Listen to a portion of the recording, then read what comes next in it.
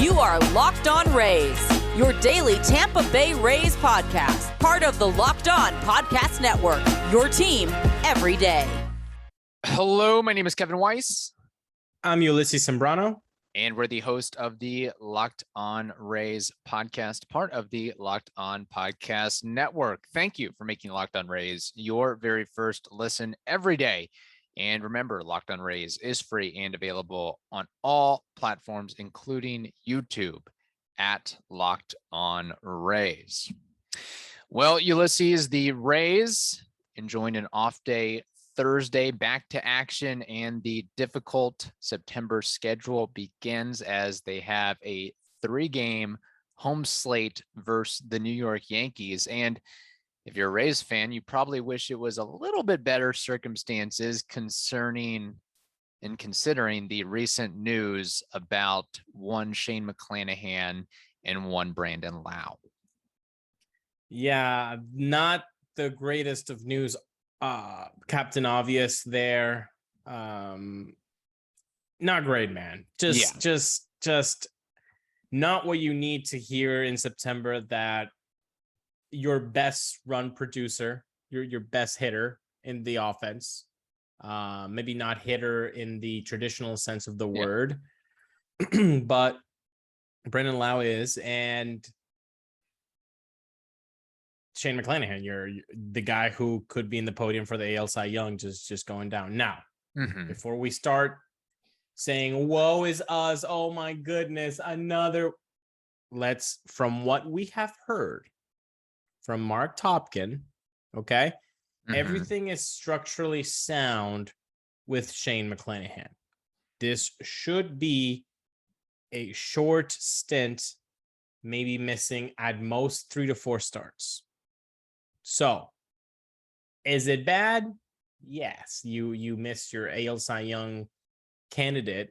Right. It's gonna suck. Is it horrible? Oh my goodness. The Chicken Little. The sky's falling? No. So let's meet in the middle. I know it's very difficult for people to meet in the middle in 2022. My goodness, is it difficult for people to understand what other people with a different perspective have to say? Yeah. But try that. Let's try that for just a second and see how it fits. See if am I comfortable here? Is that a nice fit for me? It's going to be. It's compromise, people. So sucks. Hopefully he gets, well soon. It'll be okay. Shane McClanahan, do you think he reaches 150 innings by the end of the regular season? He's at 147 and a third right now. Yes. Okay. 100%. Yeah. 100%. Do you think that before the news of this injury that the Rays were going to try to be careful with his workload through the month of September? Oh, Mr. Kevin Weiss, are you insinuating a phantom IL stint? I don't know about all that, but just that they would try not to work him to the bone, literally and figuratively, in advance of the playoffs. By the way, for those of you who do not know the phantom IL Roman Quinn terminology, this is a known fact. Sometimes you got to give guys a rest. And now that we're in 2022, we know something that's called mental health. And so phantom IL stance is when you tell the guy, hey, you have your knee a little bit wonky, okay? And the guy's like, no, my knee's completely fine. He's like, your knee's wonky, and you're going to take 15 days off.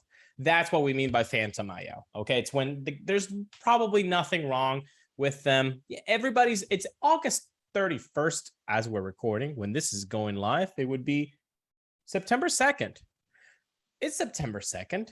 Everybody's playing at least in some kind of pain, maybe hurt, right? So but he's legitimately hurt. He's legitimately hurt in this case. He's legitimately hurt. If he's not, he should win an Oscar. Right, because we saw him warming. This would be too theatrical of a thing to be a phantom IL stint. There's no way. So he's the Daniel Day-Lewis of Major League pitchers. Exactly. Let there be blood or whatever. It's not that. There will be blood. However, There is a Phantom IL case, which is the Roman Quinn one, because Mhm. they didn't want to, have to get rid of him. So not a Phantom IL stint. Yes, for Roman Quinn. It sucks. Brandon Lowe, bad luck at Fenway from an old friend too. A friend that gave him, wasn't it Beats? Didn't Michael Walker buy everybody Beats headphones for the October run? And the dude just lost control and hit Lowe. Not cool, man. Now, I will say clearly and obviously it is better to have Brandon Lowe healthy and in the lineup than not, but it's not like Brandon Lowe has just totally been crushing it as of late. Just 3 home runs in his last 108 at bats and a 389 slug over that time, over the last 30 games or so. So it's not like, oh man, we're taking a 920 OPS now, but he also brings the fear of being Brandon Lowe. Thank you for picking it up. Sure, he might not, but what he brings, it's externally too. Who are the guys in front? Who are the guys behind? I might be struggling, but is Harold Ramirez going to get better pitches because I'm behind? Or is David Peralta going to get better? Or Yandy Diaz going to get better at pitches because I'm in front of him? Right. So thank you for saying that, because it's not only what the player does, but what the player can erode and exude over that lineup. And he does lengthen it. I mean, my goodness, when you say, I mean, we're back to June, folks. Right. I'm gonna be cheering on Vidal Brujan as much as not much as much, but very close to what his mother would do. Right. I want the most success for Vidal. Yeah. When you plug in Vidal instead of Brandon Lowe, not the same. Now, it won't just be a 1-for-1, because I'm sure the Rays are going to do some tweaking, and Yu Chang will get opportunities. Vidal Brujan will get opportunities. Right. They're going to play that game. But I mean, even I'll wonder what Brandon Lowe's replacement, what his replacement at bats will be able to produce in his absence. Will it be as good of a slug as 389? We'll wait and find that out. Obviously, you want him back and healthy and ready for the playoffs. Although, I mean, we know Brandon Lowe's history and experience in the playoffs. I wonder if there's ever a situation where the Rays will leave Brandon Lowe off the playoff roster, considering his struggles. I know. No, but I know people are like, that's a small sample size. Like, he has over 100 at bats in the playoffs. People, you do know that, right? Over 100, and again, over 100 is not a big sample size or what you want for a sample size to look like. Of course not. But it's getting up there, isn't it? Like, I mean, it's not tiny. It's 10 times as large as what Mike Trout is. Right. Yeah. Mike Trout has 12 at bats. Yeah. And as far as Shane McClanahan goes, historically, I would say, and again, we don't know the severity of this injury, if this is going to matriculate into something worse, because again, with pitchers and starting pitchers who throw extremely hard and have crazy breaking balls, it's arm roulette, it's elbow roulette at some point. So it makes me worried about, do we have another Matt Moore on our hands? Do we have another Blake Snell on our hands? A little bit extreme, but Mark Pryor type situation. But something tells me that, I've always been the guy to pound the table and say, hey, if Shane McClanahan's offered a 5-year, $35-40 million deal, you take it, you sign it, because you're a pitcher and you can get hurt and your career could end just like that, and you may never get another major league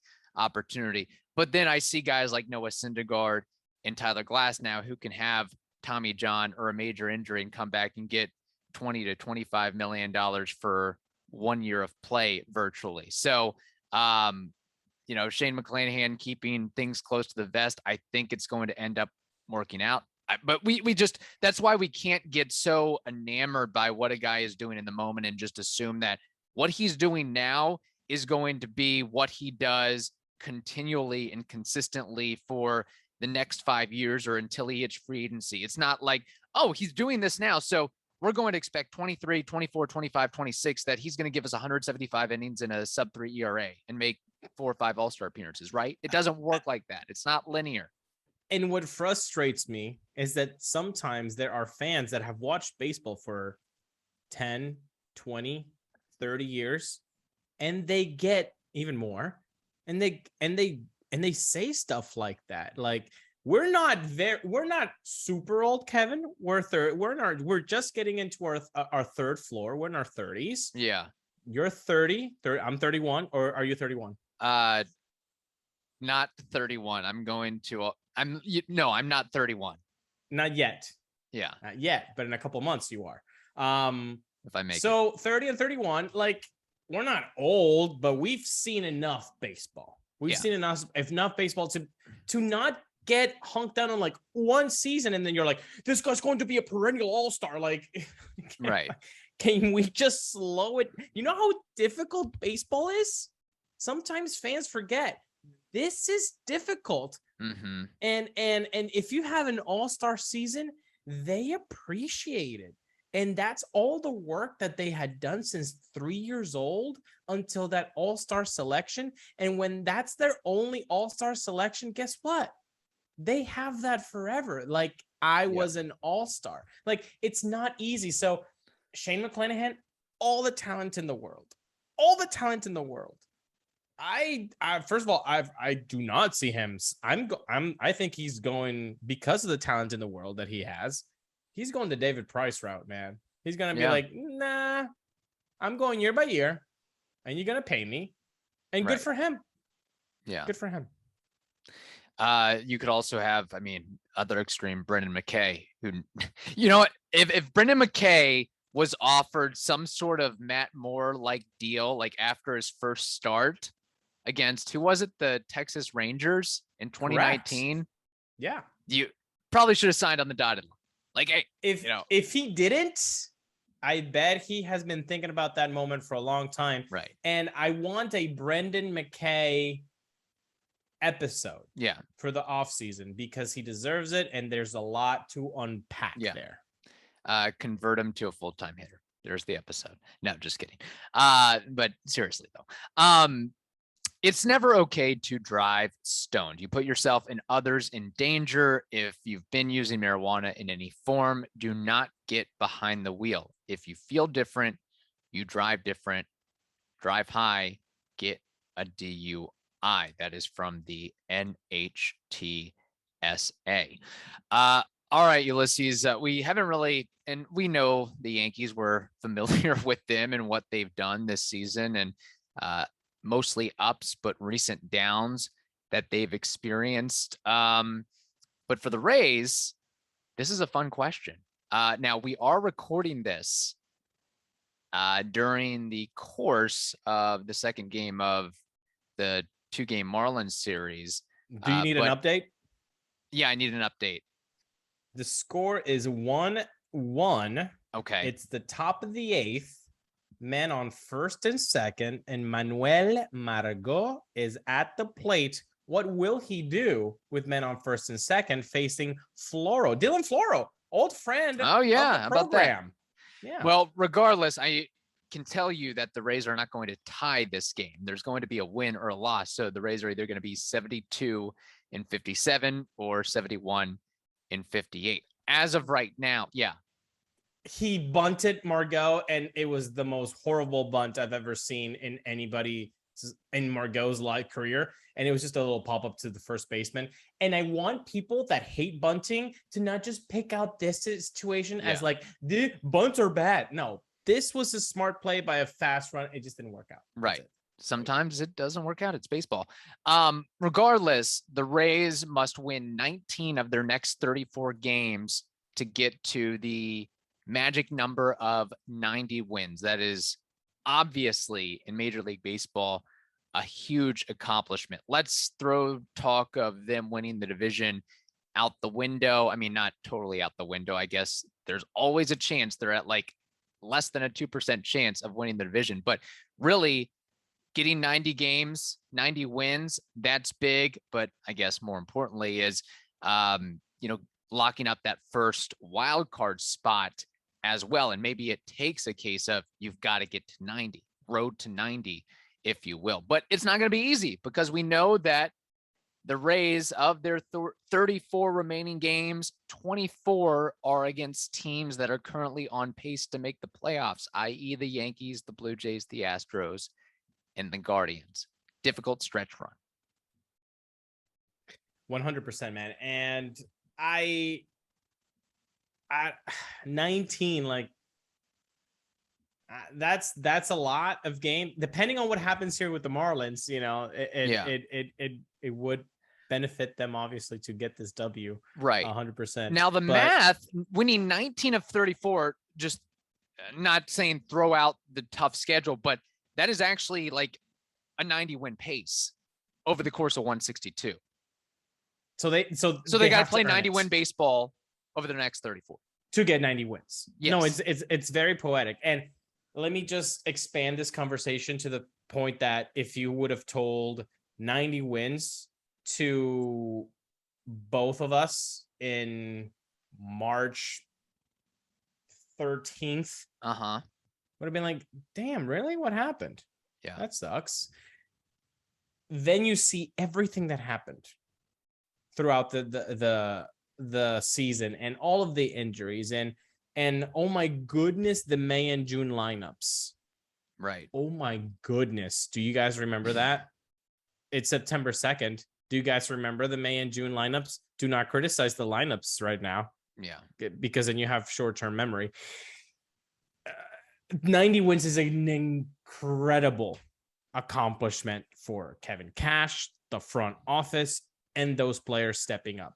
Sean Armstrong, great job, buddy. Great job, Sean Armstrong. Good for you. Mm-hmm. Tremendous. Pete Fairbanks, my goodness. Jason Adam, let's go. Brooks Raley, way to go.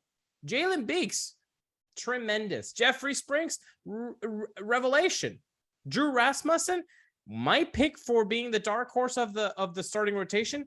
If Shane McClanahan is out for 3 to 4 starts, could Drew Rasmussen have better numbers at the end of the season than Shane McClanahan? Watch out for that. I alluded to that a couple weeks ago, I think. Yeah. Corey Kluber, tremendous pickup for $8 million. I mean, you go up and down. Yandy Diaz, hello, best season of his life. Mm-hmm. Tremendous what they have done. 90 wins. Can they do it? I said to Evan on Monday's episode on Glass Now being extended on that episode, I said, can they do it? I told him, I'm going to put you in the hot seat. Can they do it? And he's like, can they do it? Yes. Will they do it is a different thing. So he went total media on me. Yeah. Classic Media. Yeah. I have hope they can do it, but it's not going to be easy. It's going to be so tough. And even if they don't make it, Evan said that they're probably dancing around 87, 88, 89. Yeah. It depends on what the Jays do and depends on the Mariners because and the Orioles. Let's not forget about the Orioles. Right. The White Sox are dead. I mean, the White Sox are dead. But it's going to be tough, man. If you have to like make a decision, are they going to hit 90? I would say yes, they're going to hit 90. If you're putting $100 bet on Bet Online, this isn't a Bet Online ad. Or would you say under 90 or 90 or over? 100, I would say 90. Yes. 200. But you already got me skeptic, how much our money. So your gut is they're going to get to 90. I think yes, because of the offense, how they've been working it. Yeah. Well, I mean, it starts in this series against the Yankees at home where, it'd be, I guess, maybe more ideal if there wasn't an off day on Thursday for both the Rays and the Marlins not the Marlins, the Rays and the Yankees, because the Yankees are traveling from the West Coast after facing the Athletics and Angels. So you could have caught them on a rough night there, while the Rays, of course, just happen to travel from Miami. But the Yankees their bullpen is in shambles. Aroldis Chapman goes down with a left leg infection, but they did reinstate Clay Holmes. But pretty much everybody else. I mean, that bullpen is being held together by Scotch tape and bubble gum. Is that a phantom IL for Chapman? Tattoo infection? No, I could see that for Aroldis Chapman. He's tattooed up, and I could see That's the thing. It's not like it's his first tattoo. Like, you've had a few. Do you not know how to take care of them, buddy? Yeah, who knows? I mean, I don't even want to think about that. But you have that going on. Then you have Aaron Judge. He's got 50 plus homers, 51 as of this recording, 10 away from tying the American League record and Roger Maris's record as well. But I want to take all that off the table. I want to get into some superficial discussion here. And I know it's never it's kind of a cliche thing to discuss, but I want to talk attendance. We have a 3-game home series, Labor Day weekend, Friday, Saturday, Sunday. It is the first weekend of college football, but the NFL doesn't it's start. already football season. Week? Yeah. There were games on last week, believe it or not. It's called week 0, late August. But this is week 1, and we know how big college football is in the state of Florida. So my question to you, Ulises, with that backdrop, Labor Day weekend, college football starting, you have a critical series for both sides, perhaps the Rays and the Yankees. Over under total 60,000 butts at the Trop across Friday, Saturday, Sunday. So maybe you have 15 on Friday, 25 on Saturday, 20 on Sunday. Over under. I would say push. Think it's going to be right at 60, actually. You can't play the middle. I need 60,001, 59,999. I can't go Evan on this. Okay. Yeah. Rude. All right, let you know what? This is their okay. Here we go. Aaron Judge going for history. Yes. Yankee fans who have never visited New York, and they're only Yankee fans because, like, my grandparents in Grandpa Land had one time in New York, and so I'm a Yankee fan. Those people are going to want to see Aaron Judge chase history. So I will say over. Yeah. Now, I don't think I know you're big into the giveaways. I don't know if the Rays have a giveaway, or I mean, maybe their thought process is we don't really need to throw out a giveaway with the Yankees coming to town. So that might be part of it. Although I think wasn't there a Wander Franco chain necklace giveaway during that was a long time ago. Yeah, I was in Europe. Yeah. Ryan Wilbur hooked me up with that one. Yeah.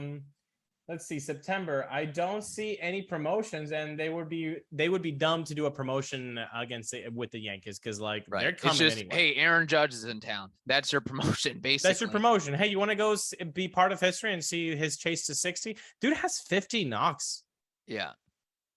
I mean, yeah, it's crazy. It's crazy. Now, again, just I think it's going to be over. I don't think it's going to be big time over, but I think it shouldn't be that hard to draw. I mean, if you look back late May and mid to late June, the Yankees drew decent numbers.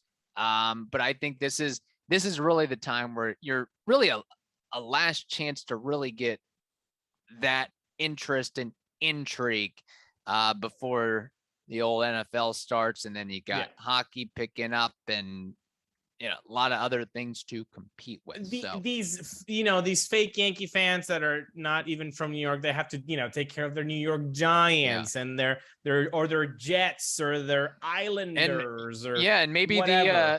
Maybe the snowbird season starts a little bit earlier than October. Maybe you have those New Yorkers, those legit New Yorkers that are coming down a little bit earlier, Labor Day weekend. Hey, let's make it a party, and we're going to stay here through March, April, May, whatever it is. Hey, you want to see Judge? I don't know. I can't even do a New York accent. Hey, let's go some pizza. The car. Hey, Judge is in town. Hey, let's go to the Trop. You went from like a southern foghorn leghorn to like a Boston. I didn't recall. Y'all want to go to the Yankee season game? No, that's Mississippi right there. Yeah, that's like that's Mississippi. That's like North Florida. What's a New York accent like? Hey, the Trop. Let's go to the Trop. I'm better off just sticking to my Neil Solondz impression. I'm walking here. There we go. That's a little bit better. I'm walking here. Yeah. Still sounds some Boston. We'll have to get somebody from New York. We have listeners in New York and we have listeners in Boston. What do you think? Yeah, there you go. So yeah, there we go. I still appreciate the effort there. Thank you. Actually, no, we could have Evan Klosky judge that. That might have to be something. He's from Long Island. Oh yeah, so yeah. He's gonna rip me to shreds if I do it in front of him. Most likely. He'll give his perspective. So all right. It being a Friday, we have baseball trivia, Name That War. My trivia question concerns the elder pitchers, and it's a very quick question. I think you'll do okay at this. You should be able to get it, but we also want the listeners to play along too. So this question, courtesy of MLB.com, actually, it is: there are 5 pitchers in MLB history, 5 pitchers in MLB history to strike out 11 or more batters in a game at age 42 or older. Now, I'm going to amend this question. That was more of a statement than a question, but there's 5 pitchers in MLB history to have struck out 11 or more batters in a game at age 42 or older. I want you to name me 3 of those 5 old fogey boomer pitchers. Okay. 42 or older, 11. Let's go with the master of the strikeouts, Nolan Ryan. You would be correct. And not only did he do that once, he did that 26 times, age 42 and older. Yeah. That's so fantastic. That's one. I'm going to go Randy Johnson. Randy Johnson is also correct. Not quite as many as Nolan Ryan. He did it twice.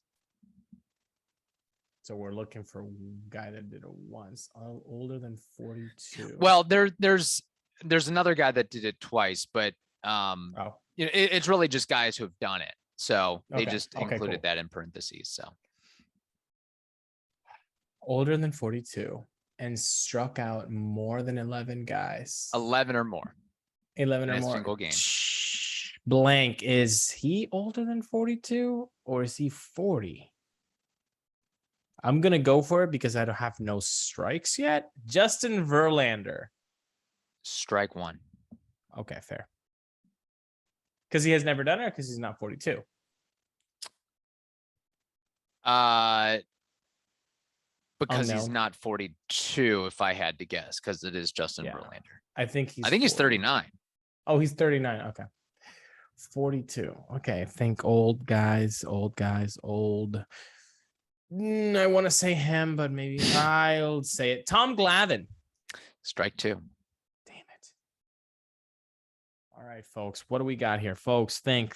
Give me the answer. Come on. Nolan Ryan, Randy Johnson, screen. blank. I really need only one name. Old guys. I'm going to go with the one guy I would have really loved to have seen pitch. My goodness, he would have been fun. Mr. BG, Bob Gibson. Strike 3. Son of a bleep.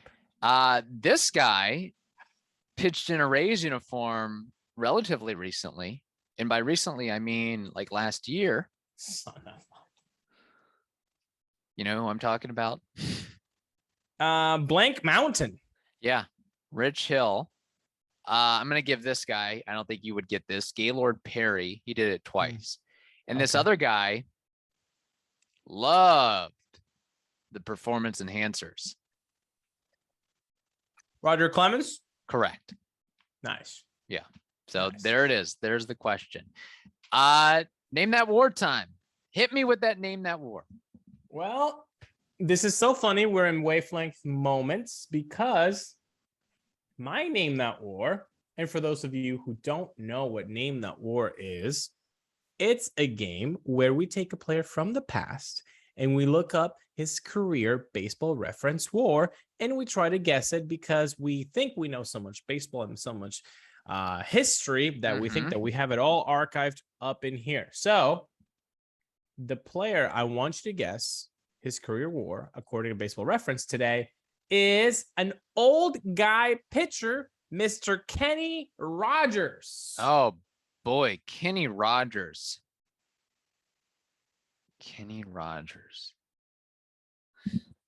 Oh man. I'm pretty sure he played a long time. I think he's from Kentucky too, or maybe I'm thinking of the golfer Kenny Rogers. I have no idea. Born in Savannah, Georgia. Yeah, so I'm wrong on that. Hey, actually, while you're thinking, for those of you, he was drafted in the 39th round of the 82 draft from Plant City High School from Plant City, Florida. Really? Wow. Good for him. He did play for the Texas Rangers, correct? Yes. Did he play a majority of his career for the Texas Rangers? 100%. Yeah. Okay. Kenny Rogers sounds like a very Texas Rangers name. I'm going to say he played for about a dozen years, well, maybe 12 to 15 years. He made probably like 3 All-Star appearances. I really don't recall much about Kenny Rogers. I would say he probably won at least 100 games. Not that that necessarily matters. His career ERA, probably a little bit less than 4. Maybe got to 1,000 strikeouts. That's really all I got. I'm kind of talking out of my butt, but I'm going to say his career WAR was 21. I don't know what Kenny Rogers did to you, or if you hate country, but massive low ball to a guy who's from Plant City High School. That is awesome. I will give you the deets and then the WAR. 219 W's, Kevin. Oh my. 219. A 4.27 ERA. All right, fine. 3,302 innings, workhorse, 1968 strikeouts. That's 1,968 strikeouts. Dude could do it. Okay. And his career WAR is a gaudy, though forgettable, 50.5. Unreal. Borderline Hall of Famer. I mean, not there, but Hall of very good. Hall of excellent. I mean, Hall of very, very good. ERA plus of 107 for you analytics minded. His FIP is at a 4.38, a 1.4 whip. Hits per 9.4. I mean, this guy was solid. In a 162 game average, you would be seeing a 12-9 record. All right. 182 innings pitch. You would love that in 2022. 438 FIP. This is nice. 1.4 whip, or maybe a little bit high. 4.27 ERA. Just a solid guy you would not hate having to give the ball to. Question: what made you think of Kenny Rogers for a Name That WAR candidate? I usually go with teams I enjoyed watching while growing up, and the Tigers of the mid 2000s was definitely one of those. And he was part of that Detroit Tigers that went to the 2006 World Series. Miggy Cabrera, also part of that team. No. Oh, he wasn't? What? You just missed it. I know. I think he was traded in 2007. Oh, okay. Yeah, but Maglio Ordonez and Carlos Guillen and Pudge Rodriguez were, and Placido Polanco. Yeah, those were some fun teams. Yeah. Those were some fun teams to play video games with. Yeah, for sure. Detroit Tigers in 2006. That was fun. I'm sorry, Kenny Rogers. I don't know. I had, I guess I was thinking of the Grammy Award-winning Kenny Rogers, and I don't even think there's a pro golfer named Kenny Rogers. Maybe it's Ken Rogers or something, or Keith Rogers. I don't know. You gotta know when to fold them. Yeah, no, but hell of a career. Yeah. Like to know what he had to make close to, I mean, at least like 75 mil. 4-time All-Star, World Series winner with the Yankees in 96, a 5-time Gold Glover. I mean, the career is not bad at all, and 83 mil in salary. So 83 mil career earnings, not bad. Not bad. 20-year career too. So 20 years it's a lot. That's ridiculous. So Yeah. there it is. That is the Friday episode. Thank you all for listening. We appreciate it.